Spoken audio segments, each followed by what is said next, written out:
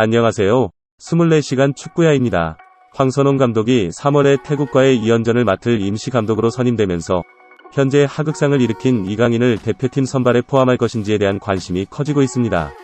지난 29일 어느 축구 관계자가 손흥민과 이강인의 화해를 중재한 사람이 황선홍이었다고 발언한 후 이 발언이 수많은 언론에서 보도되면서 국내 축구팬들 사이에서 이강인에 대한 비판 여론이 다시 부각되고 있습니다.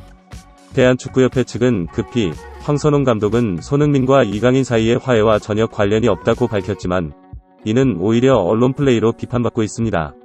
축구팬들은 이강인이 손흥민에게 사과하고 화해한 것으로 알려졌지만 아시안컵 우승을 노린 기대를 접고 망치는 모습에 대한 분노를 여전히 품고 있습니다. 일부는 이강인이 영구적으로 대표팀에서 제외되어야 한다는 강경한 주장을 내고 있으며 또한 이강인이 장기간의 자숙을 통해 성숙해야 한다는 주장도 있습니다. 또 다른 일부는 월드컵 예선에서 이강인 없이도 한국 대표팀이 충분히 강력하다고 주장하여 이번 소집에 이강인을 포함하지 말아야 한다고 주장하고 있습니다. 일부 이강인을 지지하는 팬들은 이번 아시안컵에서 그의 기량이 팀의 전반적인 수준을 향상시켰다고 주장하여 이강인에게 재차 기회를 부여해야 한다고 주장하고 있습니다.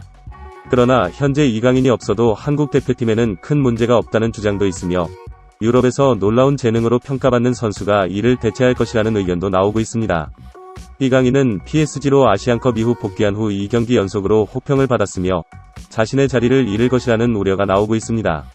이강인은 아시안컵 이후에 치른 2경기에서 모두 선발 출전했지만 호평을 피할 수 없었습니다.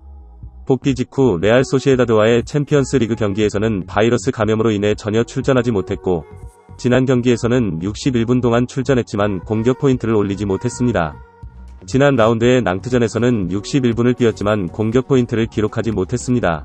그리고 지난 26일 스타드 랭과의 경기에서는 부진한 경기력을 보여 후반 시작과 함께 교체되었습니다. 프랑스 풋메르카토는 이강인에게 팀 내 최하점인 3점을 부여했습니다. 이강인은 미드필더 지역에서 기대했던 임팩트를 보여주지 못했다. 기술적으로 볼 처리가 엄성했고 몇 차례 공 소유권도 있었다. 결국 그는 미숙한 상황 대처로 큰 실망을 안겨주고 하프타임에 교체됐다. 라고 호평을 쏟아냈습니다. 또한 이강인은 파트너들과 연계를 시도했지만 도움이 되지 못했다. 반면 덴벨레는 오른쪽 측면에서 활동적이고 분명한 차이를 만들었다. 라며 덴벨레가 더 나은 모습이었다고 평가했습니다. 아시안컵에서 손흥민에게 하극상을 벌이며 국민들의 비난을 받은 이후 이강인은 소속팀으로 돌아가며 멘탈이 크게 흔들리고 품과 기량이 약해진 것 같은 느낌이었습니다. 유럽에서 많은 선수들이 천재로 불렸지만 자기 관리를 소홀히 하거나 자만심으로 인해 망가지는 경우가 많다는 의견도 있습니다.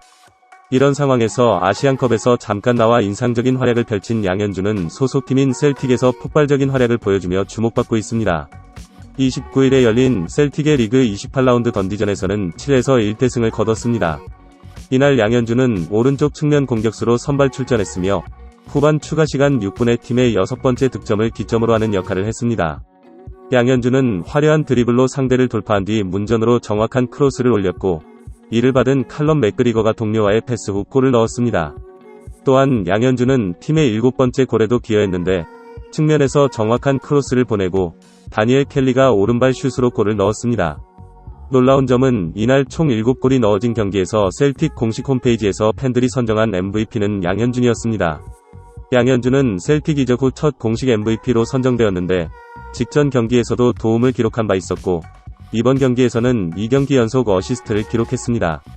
이러한 활약으로 양현준은 최근 27라운드 마더웨과의 경기 후 셀틱의 레전드로 불리는 대선배로부터 놀라운 극찬을 받았습니다. 양현준은 이날 후반 추가 시간 6분에 승리를 확정짓는 골을 어시스트했습니다.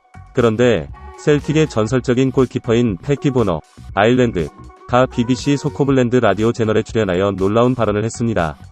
니콜라스 게리트 컨, 24, 독일에게 너무 부담을 주고 싶진 않지만 이번 시즌 후반에는 양현준과 비교할 때 그 차이가 분명히 드러난다고 비판했습니다. 셀틱은 지난 1월 라피드 빈, 오스트리아에 약 350만 유로, 약 51억 원을 지불하고 독일의 유망주 니콜라스 게리트 컨을 영입했는데 그에 비해 양현준은 거의 2배 가까이에 이르는 금액을 투자한 만큼 양현준이 훨씬 우수하다는 평가를 받았습니다. 실제로 패키 보너는 양현준이 컨보다 월등히 낫다는 표현까지 사용했습니다. 양현준은 K리그에서 가장 기대되는 유망주 중 하나였으나 처음으로 국내 팬들에게 널리 알려진 경기는 지난해 7월에 열린 토트널과 K리그 맞대결이었습니다. 그 경기에서 양현준은 과감한 전진과 드리블, 돌파 등을 펼쳐서 팬들로부터 박수를 받았습니다. 피파는 올림픽을 열망하는 아시안컵 스타 5명 중에 한국의 양현준, 셀틱을 포함시켰습니다. 또한 AFA는 한국 국가대표팀에서 손흥민과 황희찬과 함께 유명한 드리블러로 양현준을 소개했습니다. 그리고 태국 집사, 태국크 워리어즈 중에는 재능 있는 드리블러인 양현준이 있다고 덧붙였습니다. 피파는 양현준을 손흥민, 황희찬과 비교하며 이렇게 말했습니다. 손흥민은 빠른 돌가에 능하며 수비 뒷공간으로 공을 몰고 들어가기를 좋아하는 폭발적인 드리블러다.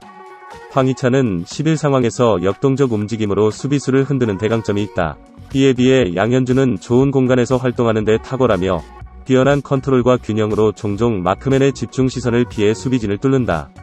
한국 언론에 따르면 클린스만 감독의 가장 큰 실수 중 하나는 양현준을 충분히 활용하지 않았다는 것입니다. 이와 관련하여 피파에서도 양현준을 숨은 보석으로 칭했으며 아시안컵 8강 호주전에서 후반 40분에 투입되어 특유의 드리블 기술을 발휘해 호주 수비를 뚫어 팀의 활기를 불어넣은 것으로 언급되었습니다. 양현준은 상대의 밀집 수비를 뚫고 효과적인 크로스까지 선보였습니다. 그 결과 한국은 페널티킥을 얻어내고 황희찬의 동점골로 연장전에서 손흥민의 결승골로 이어지는 승리를 거두었습니다. 양현준은 8강전에서 분명히 숨은 영웅이었습니다. 이강인이 문제를 일으키자 고참급 선수들이 4강전에서 이강인을 제외해달라고 요청했을 때 클린스만은 양현준을 선택하는 대신 이강인을 고집해야 했다고 말했습니다. 이강인은 경기 도중에 나와 손흥민에게 공을 전달하지 않았기 때문에 비난을 받았으나 반면 양현준은 이전 경기에서 거의 출전하지 않았기 때문에 체력이 여유로웠습니다. 그리고 양현준은 탁구 3인방으로 불리는 이강인과 설령우와는 비슷한 연령대에 속하지만 탁구 3인방이 문제가 됐을 때 양현준은 그 무리에 속해 있지 않았다는 관측도 있습니다. 이는 그의 평소 겸손한 태도를 엿볼 수도 있다고 말합니다. 국내 한 언론은 29일에도 양현준, 이강인 대신 태국전 선봉에 나서라 는 제목의 기사를 보도했습니다. 이강인에 대한 부정적인 여론이 높아지고 황희찬이 29일 경기에서 햄스트링 부상을 입었습니다. 아시안컵에서 측면 공격수로 나섰던 이강인과 황희찬이 함께 어려움을 겪으면서 이를 극복할 수 있는 선수로는 양현준이 가장 적합하다는 의견이 나왔습니다. 그동안 한국 대표팀은 좌측에는 황희찬과 이재성이 있지만 우측에는 이강인 이외에는 대체할 수 있는 선수가 없다고 지적되었습니다. 이제는 양현준이 그 자리를 완벽하게 대체할 것이라고 말하고 있습니다. 이전에는 쓸모없는 선수였지만 그의 역할이 크게 변화했습니다. 오늘 영상은 여기까지고요. 영상 재밌게 보셨다면 구독과 좋아요 그리고 댓글 부탁드립니다. 감사합니다.